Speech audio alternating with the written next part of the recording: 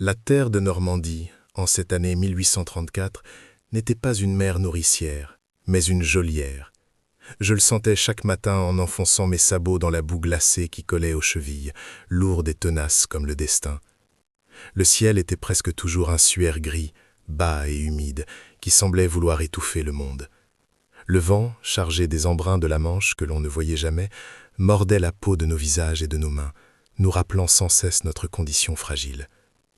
Nous n'étions pas les fils de cette terre, mais ses esclaves, des créatures nées pour la retourner, la saigner, jusqu'à ce qu'elle nous reprenne en son sein, sans un nom, sans une prière.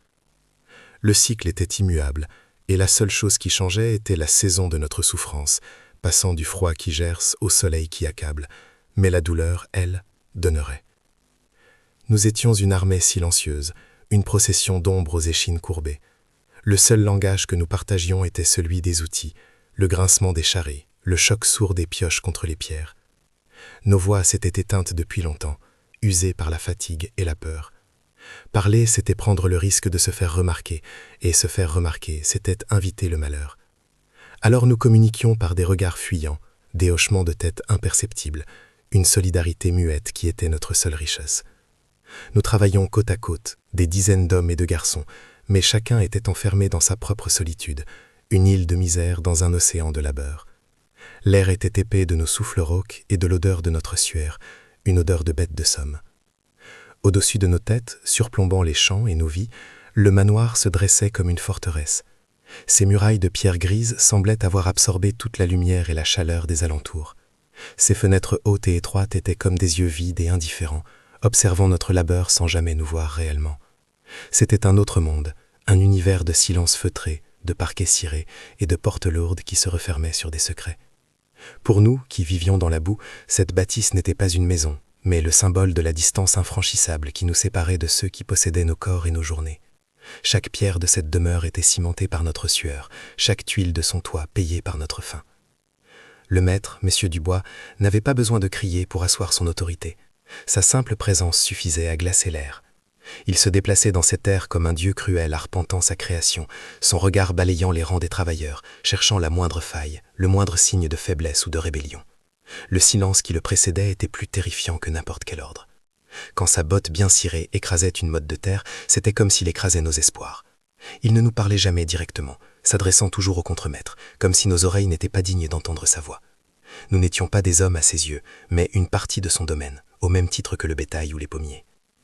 Je me souviens d'un jour où le vieux Thomas, épuisé, s'était appuyé un instant sur sa bêche pour reprendre son souffle. Le maître, qui passait à cheval, s'arrêta. Il ne dit rien. Il descendit lentement de sa monture, s'approcha de Thomas et, d'un coup sec de sa cravache, lui lacéra le dos de sa chemise. Le claquement du cuir sur la peau fut le seul son dans le champ soudainement pétrifié. Thomas ne cria pas. Il se redressa simplement, le visage blême, et reprit son travail, le sang commençant à poisser le tissu de sa chemise. Personne ne bougea, personne ne le regarda. Nous avions tous baissé la tête, fixant la terre, sentant la brûlure de la lanière sur notre propre peau, partageant sa honte et son impuissance. La leçon était claire et elle était administrée régulièrement. Apprendre à se taire est le premier art de l'orphelin. N'ayant ni père pour me défendre ni mère pour me pleurer, j'avais compris très tôt que l'invisibilité était ma seule armure. Je faisais mon travail avec une application mécanique, mes gestes précis et répétés, mon esprit réfugié loin de mon corps endolori. Je m'efforçais de n'être qu'une paire de bras, un dos solide, un outil efficace qui ne se plaignait jamais. Je n'attendais rien, ni pitié, ni reconnaissance. La vie m'avait appris que l'attente ne mène qu'à la déception. Chaque journée était une épreuve à survivre, chaque nuit un bref sursis avant que le cycle ne reprenne. Ma peur n'était pas une émotion vive et tranchante, mais un état permanent, un froid constant au creux de mon ventre. Pourtant, même dans ce monde scellé, il y avait des fissures. Parfois je voyais la maîtresse, Madame Éléonore. Une silhouette pâle à une fenêtre d'étage ou une forme fuyante traversant la cour pour se rendre au jardin clos. Elle ne faisait pas partie de notre monde, mais elle ne semblait pas non plus appartenir à son. Il y avait en elle une fragilité, une solitude qui la rendait presque aussi irréelle que nous étions invisibles. Les autres serviteurs disaient qu'elle était d'une grande famille mais d'une santé délicate. Pour moi, elle était comme un oiseau pris au piège dans cette cage de pierre, une tache de clarté dans la pénombre pressante du domaine, un mystère silencieux que je n'osais même pas contempler. La nuit, nous nous entassions dans la grande grange, notre seul refuge contre les éléments.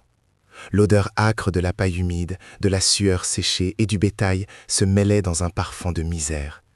Nous dormions sur des paillasses jetées à même le sol, si près les uns des autres que nous partagions nos cauchemars et la chaleur de nos corps. Le vent s'infiltrait par les interstices des planches, gémissant comme une âme en peine. Il n'y avait aucune intimité, aucune séparation entre l'homme et la bête.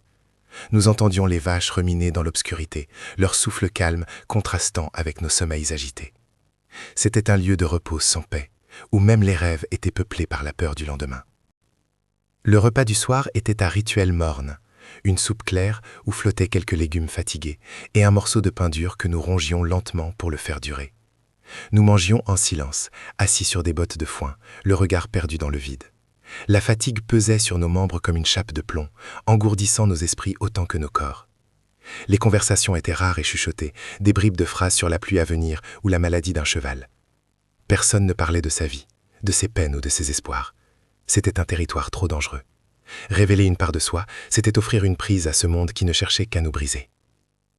Mon nom, Julien, personne ne le prononçait jamais. J'étais le jeune, l'orphelin, ou plus souvent, rien du tout, un simple mouvement dans le paysage. À 19 ans, je n'avais jamais connu la douceur d'une main amie ou la chaleur d'un regard bienveillant. Ma vie était une succession de fermes, de maîtres et de tâches ingrates. Je portais en moi un vide immense, une solitude si profonde qu'elle était devenue une part de ma chair. Parfois, en regardant mes mains cailleuses et crevassées par le travail, je me demandais si j'existais vraiment, ou si je n'étais qu'un fantôme condamné à hanter ces terres jusqu'à ce que mon corps s'y dissolve. Être invisible pour les autres finissait par vous rendre invisible à vous-même.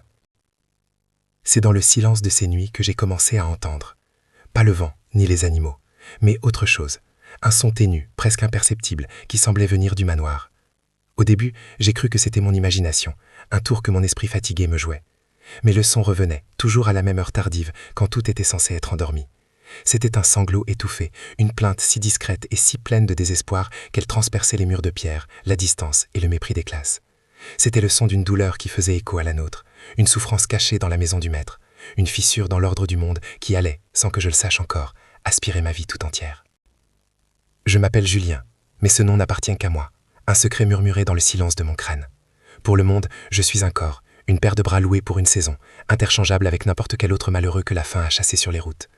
Mon passé est une page blanche que personne n'a jamais cherché à lire. L'orphelinat, puis la ferme, puis une autre, chaque lieu laissant sa marque sur ma peau sous forme de cicatrice et sur mon âme sous forme de méfiance. J'ai appris à lire les hommes comme on lit le ciel, à deviner l'orage dans un regard ou la sécheresse dans un mot. La tendresse est une langue étrangère que je n'ai jamais entendue. Ma seule possession est cette douleur sourde, une compagne fidèle qui me rappelle chaque matin que je suis en vie, même si je ne sais pas vraiment pourquoi. Elle, la maîtresse, Madame Éléonore, était d'une autre substance. Elle glissait à travers les couloirs du manoir comme un fantôme de soie, une créature si diaphane qu'elle semblait pouvoir se dissoudre dans un rayon de soleil. Je l'apercevais parfois dans le jardin clos, ses mains gantées effleurant à peine une rose, son visage tourné vers un horizon qu'elle seule pouvait voir. Il y avait dans sa posture une tristesse infinie, une résignation qui contrastait violemment avec la richesse de ses robes. Elle était la plus belle chose de ce domaine, et aussi la plus captive. Sa pâleur n'était pas celle de la noblesse, mais d'une fleur privée de lumière, lentement étouffée dans une serre dorée. Chacun de ses gestes lents et mesurés semble écouter un effort immense, comme si l'air même de sa propre maison était trop lourd à respirer pour elle. Lui, le maître, Monsieur Dubois, n'était pas un homme. Il était une incarnation du pouvoir, une force brute taillée dans le granit de cette terre normande qu'il possédait corps et âme. Sa voix était un commandement qui ne tolérait aucune hésitation, son regard une évaluation constante de la valeur et de la soumission de tout ce qui l'entourait. Il se déplaçait avec la certitude de celui qui n'a jamais connu le doute ou la peur. Pour lui, nous n'étions qu'une extension de sa volonté, des outils animés dont on pouvait se défaire s'il se brisait. Sa femme, ses terres, son bétail, nous étions tous des biens inscrits dans le même grand livre de comptes, des possessions dont il attendait un rendement. La violence n'était pour lui un accès de colère, mais un instrument de gestion, appliqué avec une froideur méthodique pour maintenir l'ordre et la productivité. Les murs du manoir étaient épais, mais ils ne pouvaient contenir toute la douleur. Parfois, la nuit, lorsque le vent se taisait, des sons parvenaient jusqu'à notre grange. Pas les sanglots que j'avais déjà entendus, mais quelque chose de plus bref, de plus terrible. Un cri étouffé, le bruit sec d'un objet qui se brise contre un mur, puis un silence plus profond et plus lourd que tout ce qui avait précédé. Le lendemain, je la voyais parfois marcher dans la cour, le col de sa robe relevé un peu plus haut que d'habitude, ou une ombre bleutée sur son poignet qu'elle s'empressait de dissimuler sous un gant.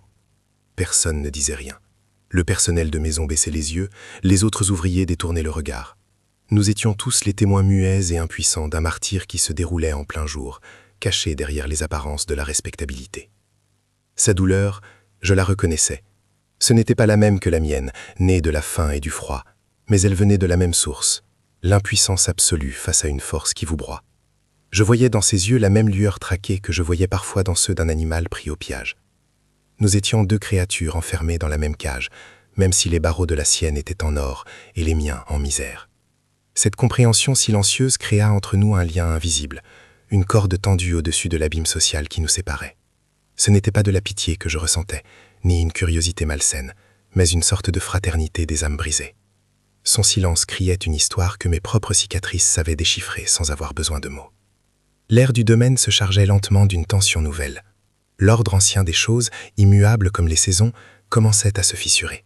Les éclats de voix dans le manoir se firent plus fréquents, le silence de la maîtresse plus profond.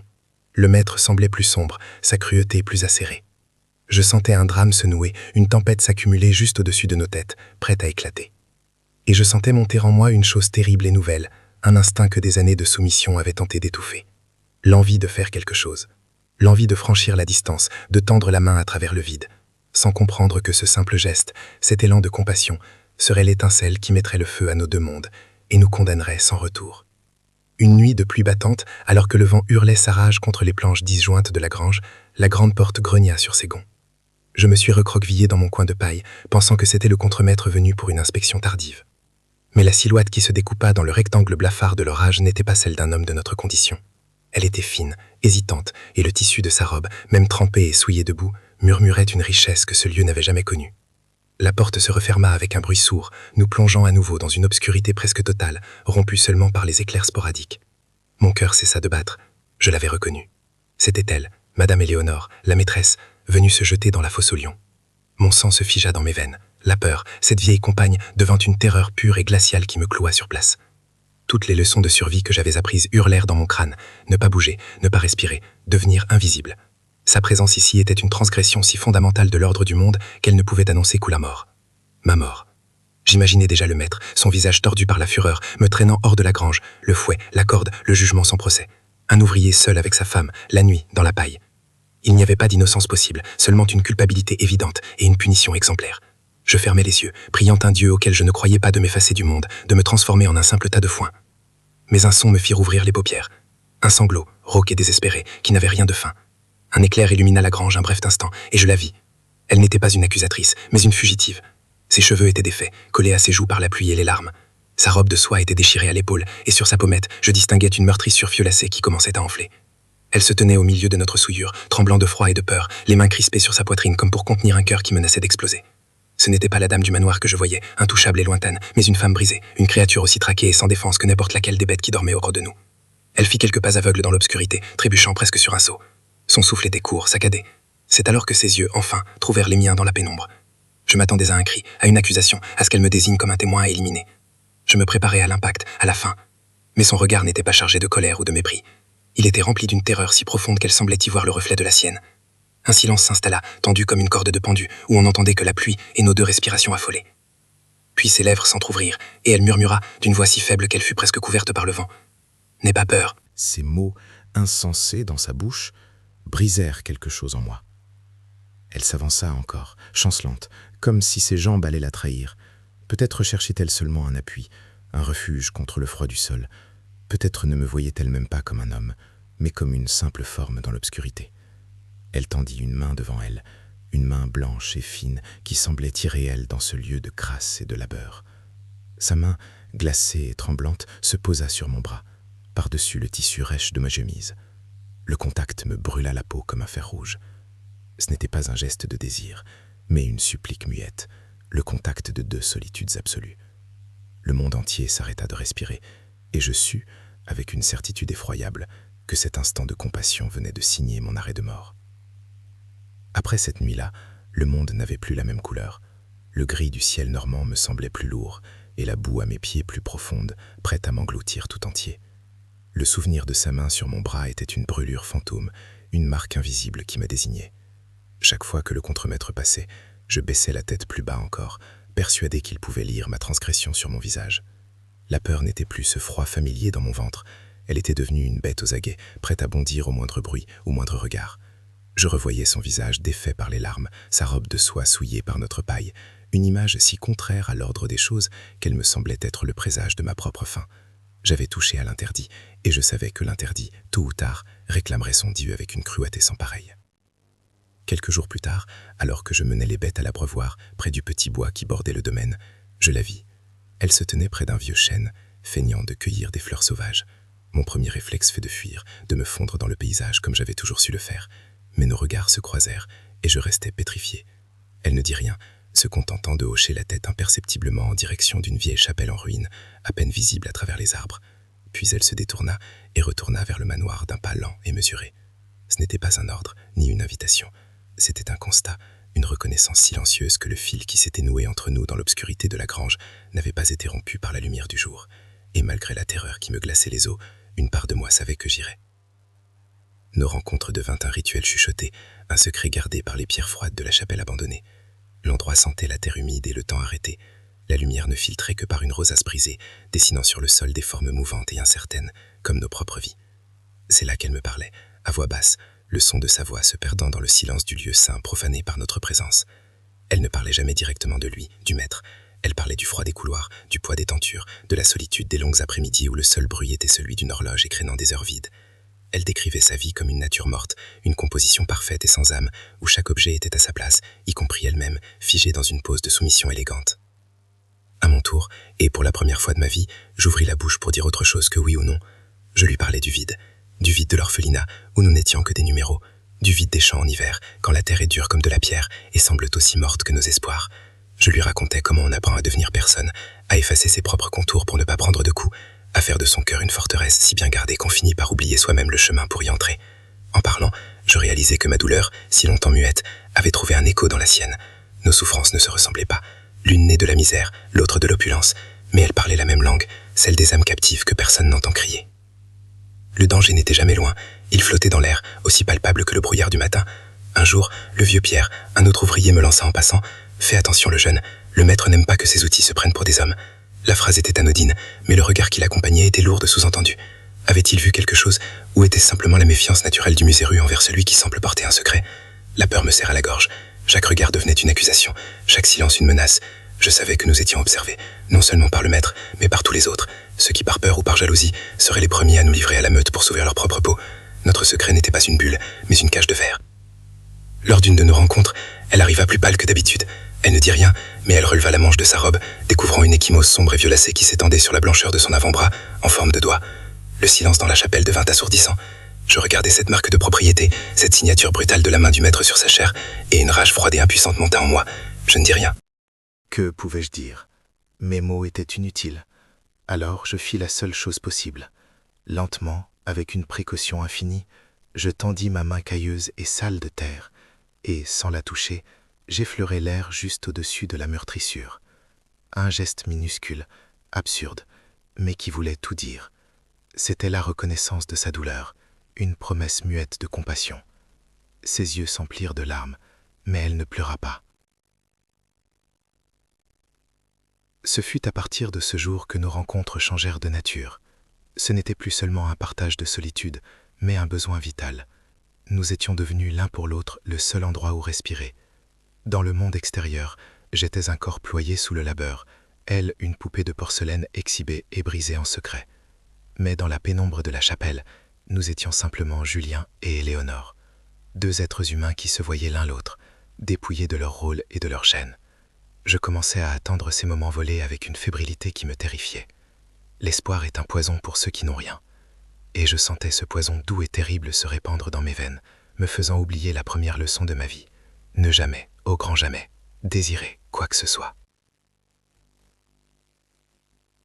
La tension dans le domaine montait. Le maître devenait plus imprévisible, ses accès de colère plus fréquents, ses bottes claquaient plus fort sur les pavés de la cour, et son silence pendant les inspections était plus menaçant que jamais.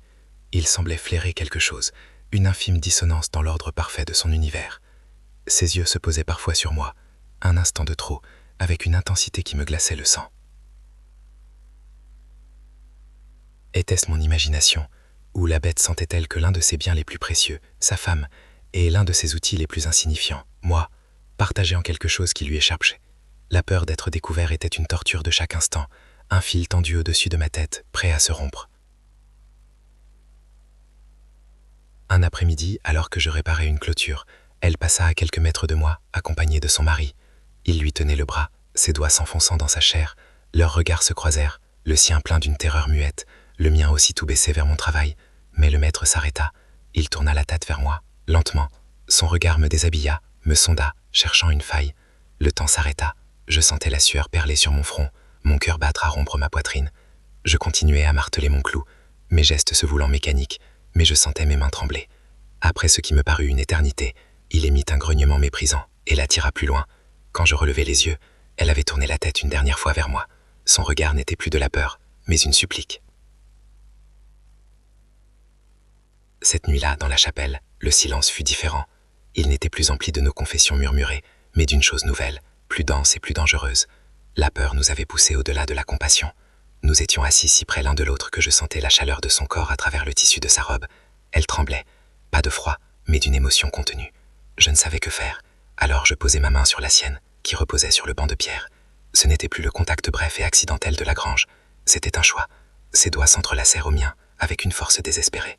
Nous restâmes assis, immobiles, nos mains liées dans l'obscurité. Un contact qui scellait notre destin. Ce n'était plus seulement une question de réconfort. C'était le début d'une chute dont nous ne pourrions jamais nous relever. Le contact de nos mains n'avait pas suffi à briser la digue. C'est son regard qui l'a fait. Dans la pénombre de la chapelle, ses yeux ne contenaient plus seulement la peur ou la tristesse, mais une question muette et terrible qui me transperçait l'âme. Elle me demandait si j'étais prêt à mourir pour un instant de chaleur, si j'étais prêt à échanger une vie de misère contre un souvenir qui me brûlerait jusqu'à l'échafaud. Et je savais, sans qu'un mot ne soit prononcé, que ma réponse était oui. Le monde extérieur s'était dissous. Il n'y avait plus le maître, ni les champs, ni la boue, ni la faim. Il n'y avait que nous deux, suspendus dans le silence, au bord d'un précipice que nous allions franchir ensemble. La peur était toujours là, un nœud glacé dans mes entrailles, mais elle était désormais recouverte par une résignation si profonde qu'elle ressemblait à du courage. C'était la fin, et nous le savions tous les deux. Elle a levé sa main, lentement, comme si elle pesait une tonne. Ses doigts ont effleuré ma joue, là où la barbe commençait à poindre, rêche et drue. Le contact de sa peau, douce et fraîche malgré le froid ambiant, a été un choc si violent que j'ai cru défaillir. C'était le contact de deux mondes, la caresse d'une étoile sur la terre la plus sombre. Toute ma vie, mes seules caresses avaient été celles du vent qui mord, du cuir du fouet ou de la pierre qui égorge. Sa main sur mon visage n'était pas un geste de désir, mais de reconnaissance. Elle ne touchait pas un ouvrier, un corps anonyme. Elle touchait Julien. Et dans ce simple contact, elle m'a rendu mon nom, mon humanité, juste avant de me les reprendre pour toujours. Une larme a roulé de ses cils pour venir mourir sur son pouce, et j'ai senti sa chaleur se mêler au froid de ma peau. Alors, j'ai anéanti la distance qui nous séparait. Mes lèvres ont trouvé les siennes dans l'obscurité, avec la maladresse d'un homme qui n'a jamais rien connu de tel.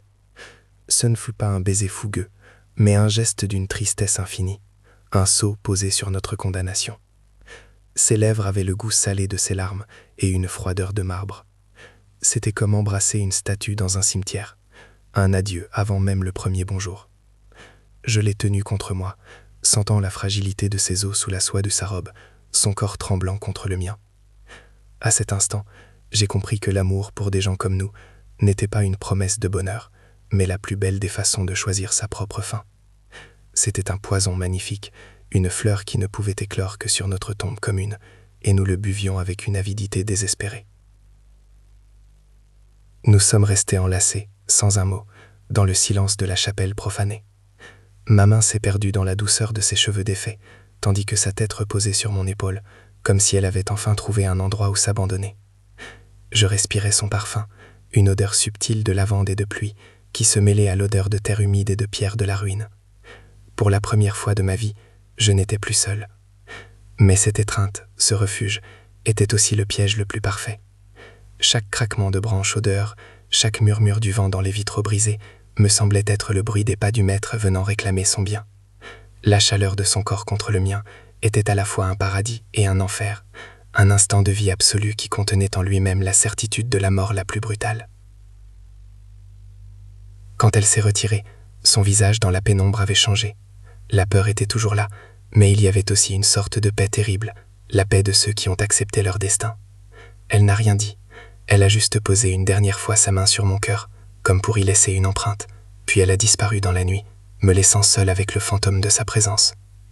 Je suis resté immobile pendant un temps infini, le corps vibrant encore de son contact. J'ai regardé mes mains, ces mains qu'il avait tenues, qui avaient touché l'interdit. Elles n'étaient plus les mains d'un ouvrier, mais celles d'un criminel. Je savais avec une clarté effroyable que tout ce qui suivrait ne serait qu'une lente marche vers la fin. L'amour n'avait pas été une évasion, il avait été la porte de la cellule, qui venait de se refermer derrière moi pour l'éternité. Le lendemain de notre étreinte dans la chapelle, le monde me parut à la fois plus vif et plus mortel, Chaque couleur semblait plus intense, le vert de la mousse sur les pierres, le bleu fragile des bleuets sauvages au bord du chemin. Le poids de la fourche dans mes mains était le même, mais je n'étais plus le même homme pour la soulever.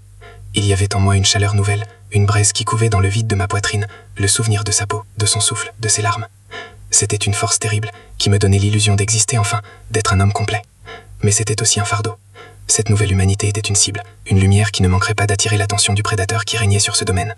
Je savais que chaque battement de ce cœur ranimé me rapprochait du silence final, et pourtant, pour la première fois de ma vie, je ne regrettais rien. Vivre un seul jour en sentant cette chaleur valait mieux qu'une éternité dans le froid. Nous n'avions pas prévu de nous revoir si tôt, le risque était trop grand. Mais le destin, ou peut-être simplement notre désespoir commun, en décida autrement. Alors que je menais un cheval boiteux vers l'étable, je la vis près du puits, le regard perdu. Nos yeux se croisèrent, et un instant, tout disparut. Elle esquissa un sourire si fragile qu'il me brisa le cœur. C'est alors que j'entendis. Pas un bruit franc, mais le craquement d'une branche morte sous une botte, dans le petit bosquet qui surplombait la cour. Mon instinct, affûté par des années de survie, hurla. Je tournai la tête, et l'espace d'une seconde, je vis un visage entre les feuilles. Ce n'était pas le maître. C'était Pierre. C'était le vieux Pierre. Celui-là même qui m'avait averti. Son visage n'exprimait ni surprise ni colère, mais une sorte de satisfaction lasse et résignée. Le regard de celui qui vient de trouver la pièce qui lui manquait pour confirmer ses soupçons. Puis il disparut, me le sang pétrifié, le sang transformé en glace dans mes veines. À partir de cet instant, l'air devint irrespirable. Chaque silence était une accusation, chaque regard une sentence. Je continuai mon travail, mes gestes devenus automates, mon esprit entièrement consumé par l'image du visage de Pierre. Avait-il compris? Allait-il parler? La question n'était pas de savoir s'il le ferait, mais quand, et ce qu'il demanderait en échange de son silence. Ou peut-être n'y aurait-il pas d'échange, seulement la satisfaction amère de voir tomber celui qui aurait osé lever les yeux plus haut que sa condition. La peur n'était plus une angoisse sourde, mais une certitude aiguisée. Je me sentais nu, exposé, comme si une marque infamante avait été peinte sur mon front, visible de tous. La solidarité muette des miséreux s'était brisée, et je savais que j'étais désormais seul, chassé par ma propre meute, livré en pâture aux loups, pour que le reste du troupeau puisse paître en paix un jour de plus. Le lendemain, le maître vint inspecter notre travail dans les champs de blé. Il ne me regarda pas différemment des autres jours, son mépris habituel balayant nos rangs comme un vent mauvais. Mais quelque chose avait changé. Il s'arrêta à quelques pas de moi, examinant un épi de blé entre ses doigts gantés de cuir. Il ne me parla pas, mais il dit au contremaître d'une voix neutre et glaciale qui portait dans tout le champ silencieux. Il y a de la mauvaise herbe qui pousse trop près des bonnes graines. Elle étouffe ce qui a de la valeur. Il faut l'arracher avant qu'elle ne contamine toute la récolte. Il faut la brûler, avec la racine. Puis il jeta l'épi par terre et l'écrasa sous sa botte. Son regard croisa le mien, un bref instant, et j'y vis une lueur de triomphe sadique. Il savait.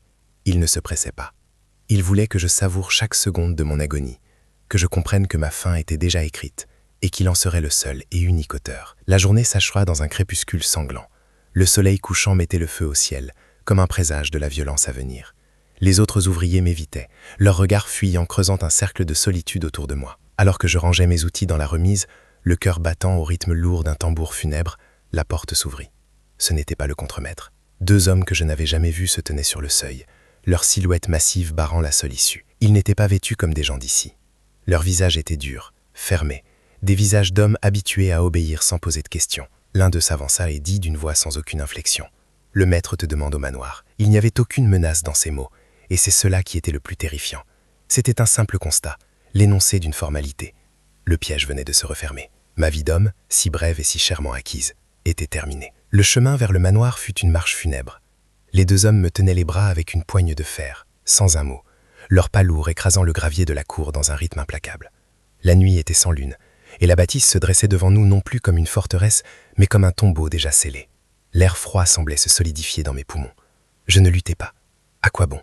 Chaque pierre de cette demeure, chaque arbre de ce domaine, chaque homme qui y travaillait était un barreau de la cage qui venait de se refermer sur moi. Je n'étais plus un homme marchand, mais une chose que l'on transportait vers sa destruction. Je levai une dernière fois les yeux vers les étoiles, invisibles derrière la couverture épaisse des nuages, et je compris que même le ciel m'avait abandonné. La grande porte de chêne s'ouvrit sans un grincement, m'aspirant dans les entrailles de la bête, là où la lumière ne pénétrait jamais. On jeta dans le grand salon. Le feu crépitait dans l'âtre, projetant des ombres dansantes sur les boiseries sombres et les portraits d'ancêtres qui me regardaient avec un mépris séculaire. Monsieur Dubois était là, debout près de la cheminée, un verre à la main. Il n'avait pas l'air en colère. Il était calme, d'un calme terrifiant, celui du chasseur contemplant sa proie prise au piège. Il tourna lentement son verre, observant le liquide en brime, avant de poser sur moi un regard qui me glaça jusqu'à la moelle. Il ne parla pas de sa femme, il ne parla pas d'amour ni de compassion. Il parla d'un collier de perles qui avait disparu de la chambre de la maîtresse. Il décrivait l'objet avec une précision clinique. Puis il ajouta, sa voix tranchante comme du verre brisé. « L'orphelin a toujours faim. C'est dans son sang de prendre ce qui ne lui appartient pas. » L'accusation était si absurde, si étrangère à la vérité, qu'elle en devenait irréfutable. Il ne me punissait pas pour mon crime. Il en inventait un à la mesure de sa haine. Puis, sur un signe de sa part, une porte latérale s'ouvrit. Et je la vis. Éléonore. Mais ce n'était plus elle. On l'avait vêtue d'une simple robe blanche, sans forme, comme celle d'une pénitente. Ses cheveux, que j'avais touchés, avaient été coupés courts, sans ménagement. Ses yeux qui m'avaient vu, étaient vides, éteints, perdus dans un brouillard que je ne pouvais pas percer. Un homme en noir se tenait à ses côtés, un médecin sans doute, qui lui tenait le bras avec une douceur professionnelle et condescendante. Le maître fit un geste vague dans sa direction. Comme vous le voyez, ma pauvre femme n'a plus toute sa raison. La fièvre a emporté son esprit. Elle raconte des histoires insensées, voit des choses qui n'existent pas. Elle est devenue un danger pour elle-même. J'ai compris alors la véritable nature de sa cruauté. Il n'allait pas la tuer, il allait l'effacer, la transformer en une coquille vide, un témoignage vivant de sa folie supposée, invalidant à jamais tout ce qu'elle aurait pu dire. Elle ne semblait pas me voir. Elle fixait un point invisible sur le tapis, son corps secoué de légers tremblements. Le médecin lui murmura quelque chose à l'oreille, et elle leva la tête. Nos regards se croisèrent. Un bref instant, une seconde volée à l'éternité. Dans le brouillard de ses yeux, je vis une lueur, une étincelle de l'ancienne Éléonore, une reconnaissance, une terreur et un adieu. Ce n'était pas un regard de folle, c'était le regard d'une âme emmurée vivante, qui me criait son amour et son désespoir depuis les profondeurs de sa prison de chair. Je ne bougeais pas, je ne dis rien, mais je lui répondis avec mes propres yeux. Je lui dis que j'avais compris, je lui dis que je ne regrettais rien, je lui dis de tenir bon. Puis la lueur s'éteignit, le voile retomba, et elle redevint la poupée brisée qu'ils avaient fabriquée. On la raccompagna hors de la pièce, et je sus que je ne la reverrais plus jamais.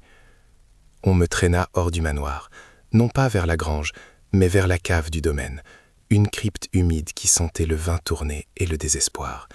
La porte de fer se referma sur moi dans un fracas de fin du monde, me plongeant dans une obscurité totale.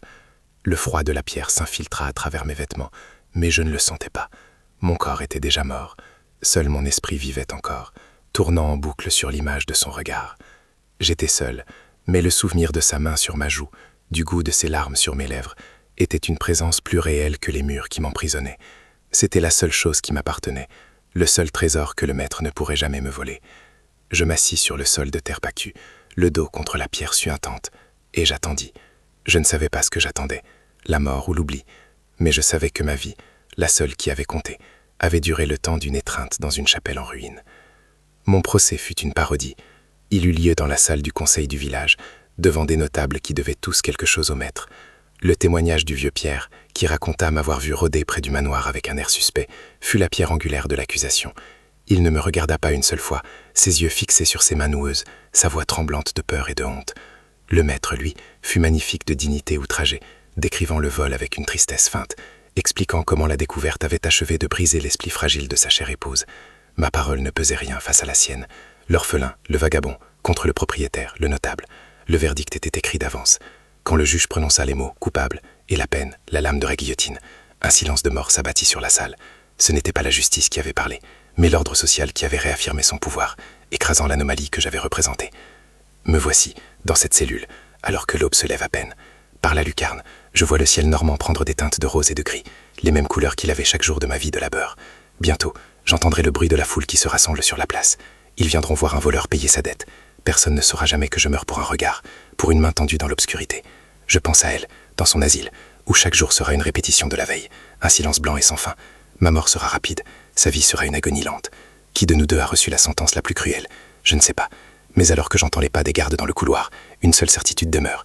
Ils peuvent prendre ma vie, mais ils ne peuvent pas effacer ce qui a été. Nous avons existé, elle et moi, ne serait-ce qu'un instant. Écoutez bien le silence qui suit la chute de la lame. Il est rempli d'histoires comme la mienne, des histoires qui attendent seulement qu'on tende l'oreille pour les entendre.